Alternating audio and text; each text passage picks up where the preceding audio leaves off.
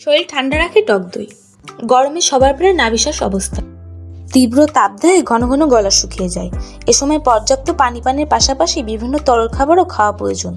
তবে যারা রোজা আছেন তারা তো চাইলেও সেটি করতে পারবেন না, তাই ইফতারে রাখতে পারেন টক দই।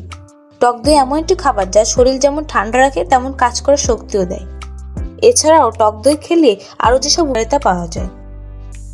রোগ প্রতিরোধ শক্তি বাড়ায়। টক দই থাকা ভালো ব্যাকটেরিয়া বা প্রোবায়োটিক শরীরের জন্য খুব উপকারী।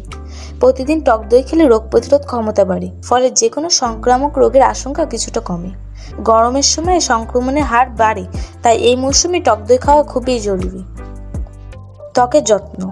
টক দই বিভিন্ন ধরনের ভিটামিন থাকে, তাছাড়াও এতে জিঙ্ক, ফসফরাস পাওয়া যায়। এসব উপাদান ত্বকের জন্য খুব ভালো। নিয়মিত টক দই খেলে ত্বক কিছুদিনের মধ্যে পরিষ্কার ও সতেজ দেখাতে শুরু করে। গরমের সময় ঘাম বেশি হওয়ায় মুখে ক্লান্তির ছাপ পড়ে। নিয়মিত টক দই খেলে সেই ছোপটা আর থাকে না। হজম শক্তি বাড়ায়। গরমে অনেকেরই পেটে সমস্যা দেখা দিচ্ছে। নিয়মিত টক দই খেলে পাকস্থলীর সংক্রমণ কমে যায়, সেই সঙ্গে হজম শক্তি বাড়ে।